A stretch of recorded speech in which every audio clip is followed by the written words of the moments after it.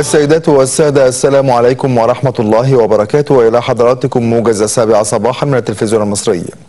دعا الفريق سامي عنان نائب رئيس المجلس الأعلى للقوات المسلحة خلال لقائه وممثلي 47 حزبا سياسيا إلى ضرورة وضع مصلحة مصر العليا فوق المصلحة الحزبية والشخصية.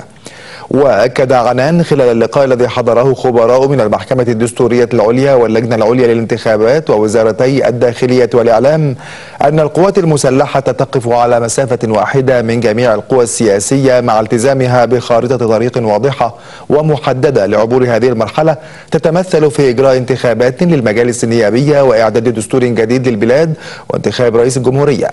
كما أكد عنان أن الإعلام الرسمي أعد خطة إعلامية تضمن عدالة الظهور الإعلامي للأحزاب والأطياف السياسية كافة.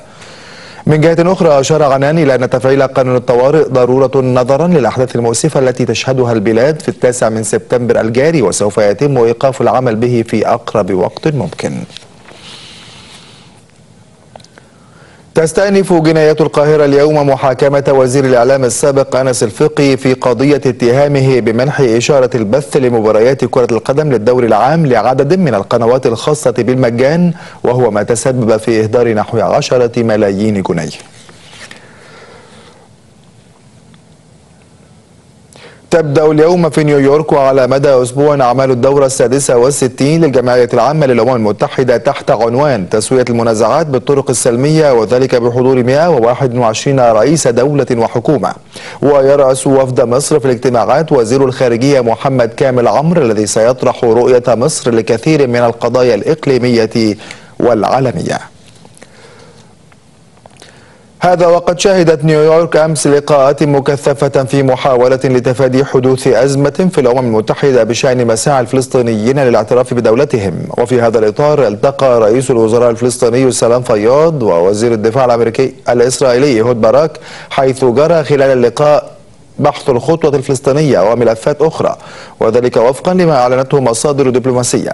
كما حضر فياض اجتماعا للدول المانحة للسلطة الفلسطينية تم خلاله مناقشة المخاطر المتزايدة التي تواجه الاقتصاد الفلسطيني. في الوقت نفسه عقدت وزيرة الخارجية الأمريكية هيلاري كلينتون جلسة محادثات مع مسؤولة السياسة الخارجية للاتحاد الأوروبي كاثرين أشتون في محاولة لإعادة الطرفين الفلسطيني والإسرائيلي إلى مائدة مفاوضات وإقناع الفلسطينيين بالتخلي عن خطط إعلان دولتهم أمام الأمم المتحدة. كانت الولايات الأمريكية قد هددت باستعمال حق النقد الفيتو في مجلس الأمن لإجهاض الخطوة الفلسطينية، كما حذرت إسرائيل من إمكانية أن يؤدي الطلب الفلسطيني إلى تصعيد التوتر في الشرق الأوسط. من جانبه أعلن مبعوث اللجنة الرباعية الدولية للشرق الأوسط توني بلير أن اللجنة تبحث عن حل يتيح للفلسطينيين الحصول على أكبر قدر ممكن من الاعتراف في الأمم المتحدة بالرغم من الاعتراض الأمريكي والإسرائيلي. وأشار بلير في حديث لشبكة ABC الأمريكية إلى إمكانية التوصل إلى حل بهذا الصدد خلال اجتماعات الجمعية العامة للأمم المتحدة، مؤكدا في الوقت نفسه أن المفاوضات هي السبيل الوحيد للتوصل إلى دولة فلسطينية. وفي الشأن الليبي أعلن رئيس المكتب التنفيذي في المجلس الانتقالي الليبي محمود جبريل إرجاء الإعلان عن التشكيل النهائي للحكومة الانتقالية لحين انتهاء المشاورات بشأنها. وأشار جبريل إلى أنه جرى التوافق على الكثير من الحقائب الوزارية خلال اجتماع مع المجلس الانتقالي، إلا أن حقائب أخرى ما زالت في حاجة إلى مزيد من الوقت للنقاش. اليوم مع المجلس الوطني الانتقالي للتشاور حول تشكيل الحكومة المؤقتة القادمة.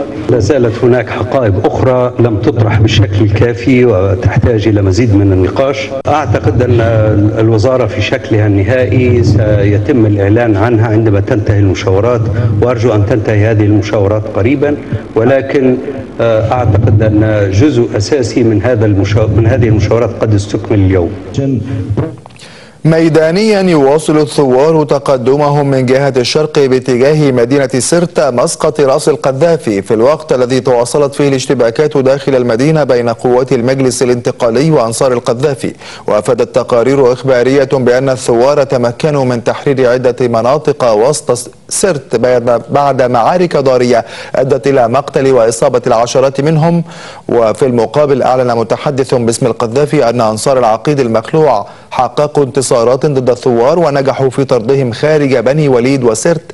كما أعلن المتحدث اعتقال 17 شخصا قال إنهم مرتزقة من جنسيات فرنسية وبريطانية وآسيوية. من التلفزيون المصري قدمنا لحضراتكم موجز 7 صباحا. شكرا لكم والسلام عليكم ورحمة الله وبركاته.